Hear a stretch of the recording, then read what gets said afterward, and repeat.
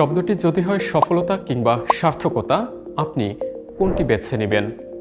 আপনি কি সফল হতে চান নাকি সার্থক হতে চান?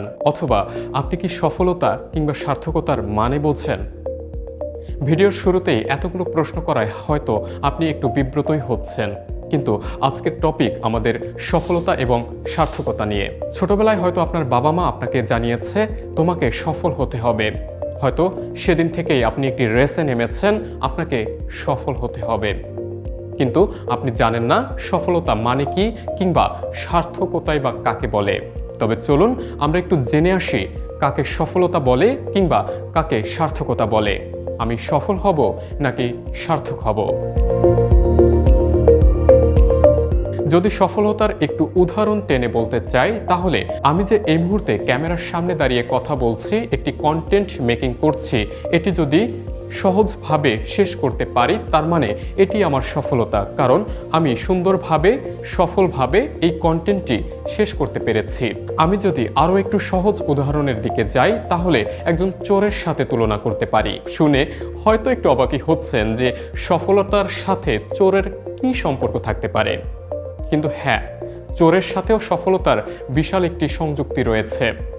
একজন চোর যখন চুরি করতে যায়, তখন সে যদি কারো কাছে ধরা না পড়ে সহজভাবেই চলে আসতে পারে চুরি করে, তবে এটিই তার সফলতা, কারণ সে কারো কাছে ধরা পড়েনি, তাকে ধরা না পড়েই চুরি সম্পন্ন করে আসতে পেরেছে।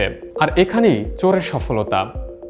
অর্থাৎ বোঝা যায় যে আপনি চাইলেই পদে পদে সফল হতে পারেন কিংবা হচ্ছেন, কিন্তু আপনি জানেন না কিভাবে সফল হতে হয়। সার্থকতা আসলে কি? সার্থকতা আসলে বিশাল কিছু, যেটি আপনাকে সহজভাবে বোঝানো অনেকাংশই কঠিন। এটি আপনাকে অনুভব করতে হবে, এটি আপনাকে ধারণ করতে হবে। আসলে সার্থকতা এবং সফলতার মধ্যে মূল পার্থক্যটা কোথায়? তবে আমি যদি চাই আপনাকে একটি সহজ উদাহরণ দিতে পারি। আপনি নিশ্চয়ই ফুল দেখেছেন, আপনি নিশ্চয়ই ফুল দেখলে একটু বিমোহিত হয়ে থাকেন, কিন্তু আপনি কখনো ভেবে দেখেননি আপনি কি আসলে ফুল দেখে বিমোহিত হন নাকি ফুলের অন্য কোনো কিছু আপনাকে তার দিকে টেনে নিয়ে যায়। হ্যাঁ, উদাহরণটা ঠিক এভাবেই যে ফুল হয়ে সে জন্মেছে, এটাই তার সফলতা। গোলাপ হয়েছে জন্মেছে, এটাই তার সফলতা। কিন্তু সার্থকতা হচ্ছে সেখানে যে ফুল একটি সুগন্ধি ছড়াতে পারে, যে ফুলের একটি সুগন্ধ দিয়ে মানুষকে বিমোহিত করার ক্ষমতা রয়েছে।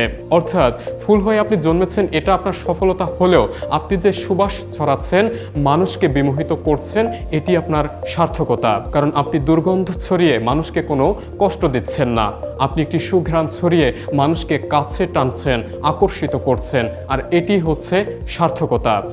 অর্থাৎ আপনাকে বুঝতে হবে যেই কাজ দিয়ে শুধু আপনার একার নয়, দেশের জনগণের কিংবা জাতির উপকারে আসে, আপনাকে ইতিহাসের পর ইতিহাস মনে রাখবে, এটি হচ্ছে আপনার সার্থকতা।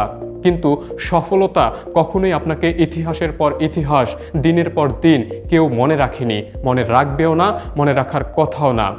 কিন্তু আপনি যদি এমন কোনো কিছু করে যেতে পারেন যেটি আপনাকে ইতিহাস বানিয়ে ফেলবে, আপনাকে মহান বানিয়ে ফেলবে, আপনার কাজের মাধ্যমে প্রজন্মের পর প্রজন্ম উন্নতির দিকে যাবে, উপকারের দিকে যাবে, সেটি আপনাকে মনে রাখবে, এটি হচ্ছে আপনার সার্থকতা। এখন আপনাকে চিন্তা করতে হবে, আপনাকে ডিসাইড করতে হবে আপনি কি সফল হতে চান নাকি সার্থক হতে চান। আমরা কি সফলতার পেছনে দৌড়াবো নাকি সার্থকতার পেছনে দৌড়াবো? হ্যাঁ, হয়তো এখন আপনি সার্থকতার পেছনেই দৌড়াবেন, হয়তো আমার কথা শুনে আপনার মতামত ঘুরে যেতেও পারে, কিন্তু আপনাকে তার আগে আরও বেশি করে জানতে হবে আসলেই সফলতা এবং সার্থকতার মধ্যে কোনো পার্থক্য নিজে থেকে খুঁজে বের করতে পারেন কিনা। আপনাকে জানতে হবে আপনার দৌরাত্ম্য কতটুকু, আপনাকে বুঝতে হবে আপনি কি চাচ্ছেন, আপনি যেটি করতে চাচ্ছেন সেটির মধ্য দিয়ে আপনি কোনো সার্থকতা খুঁজে বেড়াতে পারবেন কিনা। দর্শক, আজকে এ পর্যন্তই। কথা হবে আবারও অন্য কোনো দিন, অন্য কোনো আয়োজনে। ততক্ষণ পর্যন্ত সকলে ভালো থাকুন, সুস্থ থাকুন, সেই সাথে থাকুন যুগান্তরের সাথেই।